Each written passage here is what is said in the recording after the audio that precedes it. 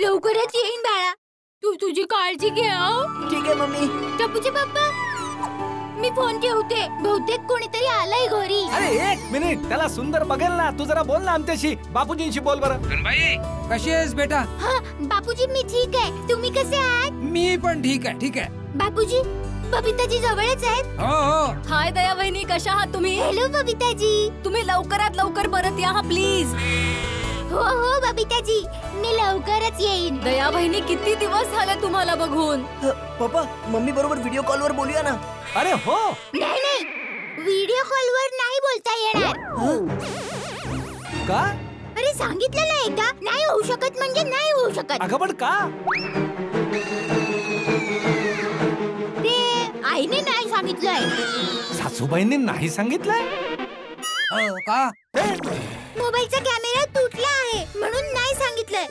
आणि आईने सांगितलंय आईस कॅमेऱ्याचा मान ठेवून पूर्ण दिवस व्हिडिओ कॉल मौन.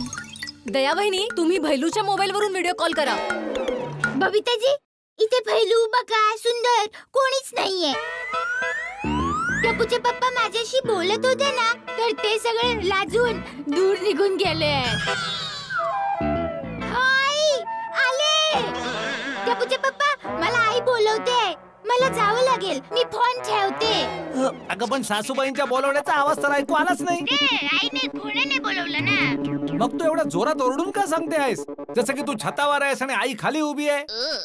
मी काय म्हणतो, काही करून 2 मिनिटासाठी एक व्हिडिओ कॉल कर ना ग बाई. किती दिवस झाले तुला बघून. एक काम कर, भैलू किंवा बक्काच्या मोबाईल वर फोन कर ना. कोणाला कळणार पण नाही, आईला पण नाही कळणार. फोन कर पटापट. टप्पूचे पप्पा, तुम्ही व्हिडिओ कॉलचा हट्ट का धरत आहात? अगं पण तुला प्रॉब्लेम काय? ठीक आहे, काम कर, व्हिडिओ कॉल करून फक्त बाय बोल. ठीक आहे? अरे नाही करायचा व्हिडिओ कॉल. अगं हट्ट का करतेस दया? अरे हट्टीपणा तर तुम्ही करताय माय डिअर भाऊजी.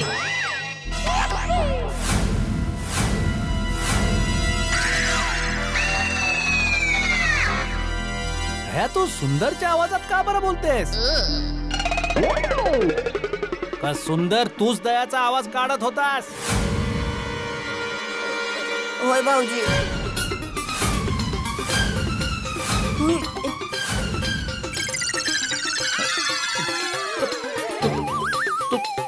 दया बनून कधीपासून तूच बोलत होतास? होय भाऊजी, मीच होतो.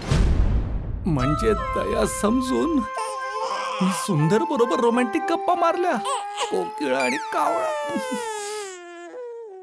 सुंदर, तुझ्या तर.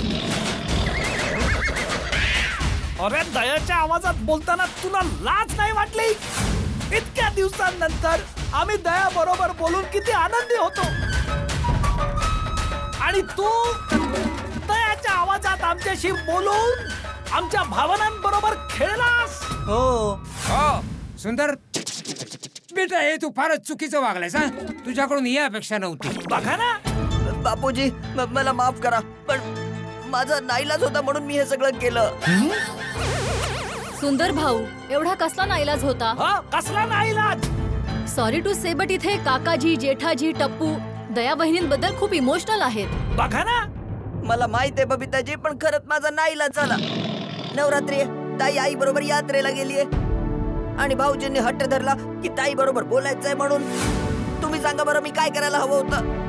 मग नाईलाजाने मला ताईच्या आवाजात बोलावं लागलं. सुंदर भाऊ, दया बहिणींबरोबर कधी बोलता येईल?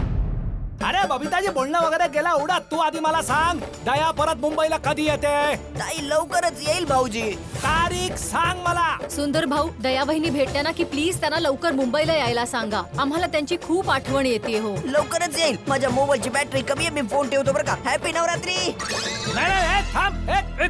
हा बहाणे बनवताय, परत फोन लावतो. काही फोनची बॅटरी लो नाहीये. तुमच्याद्वारे डायल केलेला नंबर सध्या बंद आहे. जेठाजी, मी निघते आता. दया बहिणींशी बोलणं झालं तर नक्की सांगा. Bye bye bye. पप्पा, मी पण निघतो, मला मीटिंगला जायचंय. जेठा, मी पण मंदिरात जाऊन येतो.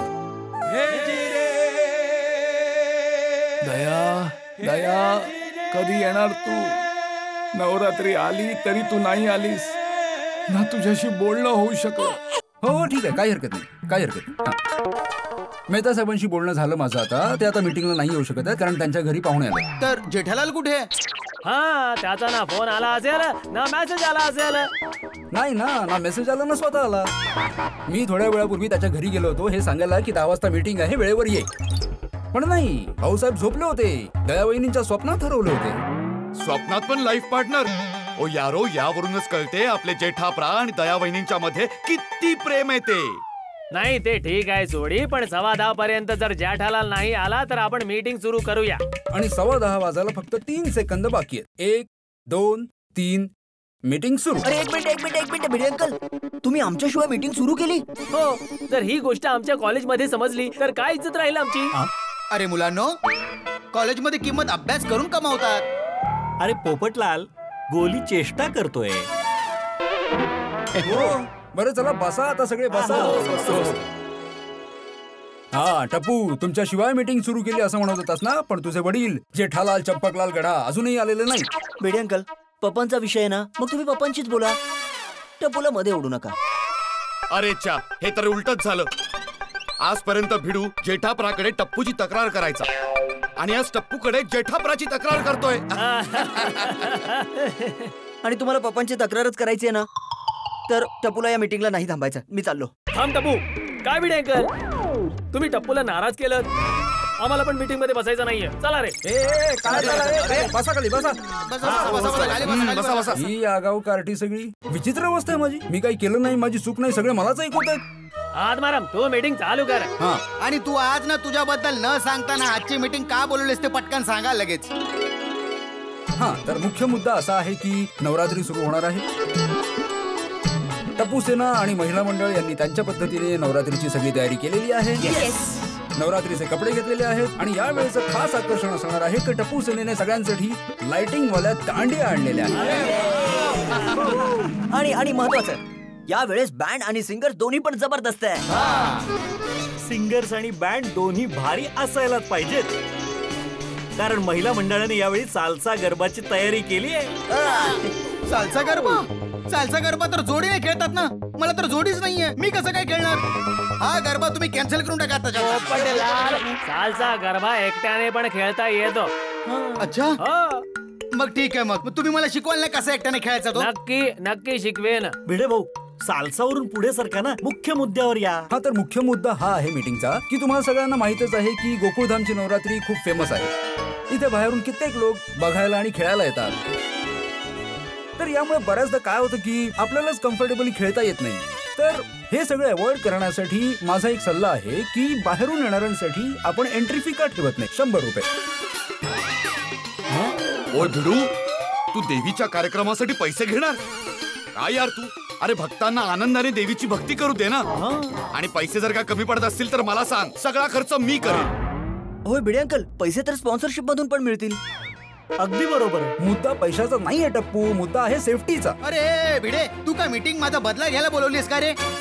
आधी हा सालसा, नंतर 100 रुपयाची एंट्री फ्री. काय चालवलेस काय तू? ओय पोपू, बस रे बाबा बस. तुला समजलं नाहीये. ओ पैसे तुला द्यायचे नाहीये, जे बाहेरून येणार आहेत त्यांच्यासाठी फी आहे असं भिडू म्हणतोय. ते मला कळलं रे सोडी मला. पण माझ्या लग्नासाठी जे स्थळ येणार आहे ना, ते गोकुळधाम सोसायटीच्या बाहेर मधूनच येणार आहे ना. हो मग. अरे असं होऊ शकतं ना की एखादी सुकन्या गोकुळधाम सोसायटीच्या आतमध्ये खेळायला येईल, मग आमची नजर एकमेकाच्या नजरेला भिडेल, मैत्री होईल, चर्चा पुढे सरकेल आणि ती चर्चा नंतर लग्नापर्यंत जाईल आणि मग आमचं लग्नही होऊ शकतं. अरे बोला. होऊ शकतं. अरे मग. आणि आता तू 100 रुपयाची एंट्री फी ठेवलेली आहेस आणि समजा जर कोणी सुकन्या गोकुळधामच्या सोसायटीमध्ये गरबा किंवा दांडिया खेळायला जर येणार असेल आणि जर तिला समजलं की आपण एंट्री फी ठेवलेली आहे आणि ती आपल्या सोसायटी बद्दल मग काय विचार करेल की तुम्ही गरबा खेळायला एंट्री फी ठेवलेली आहे आणि ती 100 रुपये, ती तर येणारच नाही ना मग. आणि मग माझं इम्प्रेशन खराब होईल ते वेगळं. तुझ्या 100 रुपयासाठी माझं लग्न होता होता राहून जाईल ना रे. तू कुठला विषय कुठे घेऊन जातोस? पण एक गोष्ट मानली पाहिजे, मी आजपर्यंत तुझ्या एवढा आशावादी मुलगा नाही पाहिला. थँक्यू हातीभाई. ए बाबा भिडे, आत्ताच्या आत्ता ही फी कॅन्सल कर आणि सगळ्यांसाठी ना फ्री एंट्री करून टाक, नाहीतर तुझं काही खरं नाही. ठीक आहे. पोपटलाल यांचा विरोध आणि जुनून लक्षात घेऊन हे व्हिडिओ मी काय मला म्हणायचं की पोपटलाल यांच्या मताचा आदर करत हा 100 रुपयांचा प्रस्ताव मी मागे घेतो. मीटिंग साठी आणखी काही पॉइंट? नाही अजून काही मुद्दे नाहीये टप्पू, पण तुमची सगळी तयारी झाली आहे भिडे अंकल डोंट वरी. टप्पू सेना परीक्षेचा पेपर आणि काम दोन्ही वेळेच्या आधीच पूर्ण करते. ठीक आहे, तर मग मीटिंग संपली तर आम्ही निघतो. चला रे. थांबा बसा. काय झालं? बसा. मी आत्माराम तुकाराम भिडे गोकुळधाम सोसायटीचा एकमेव सेक्रेटरी असं जाहीर करतो की आत्ताची ही मीटिंग संपली आहे. आता जाऊ शकता.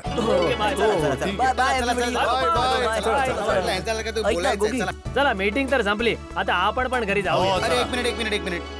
तुम्हा सगळ्यांच्या लक्षात येतंय का आजच्या मीटिंग मध्ये जेठालाल आला नाही. काल सोडा शॉप मध्ये देखील तो आला नाही. मला ना काहीतरी गडबड वाटते. तुमच्यापैकी माहिती आहे का त्याला काय झालंय ते? मला वाटतं मित्रांनो, जेठालाल खूपच उदास आहे. तो दया वहिनींना खूपच मिस करतोय. आपण सगळ्यांनी त्याच्याकडे जायला पाहिजे. चला जाऊया. चला जाऊया.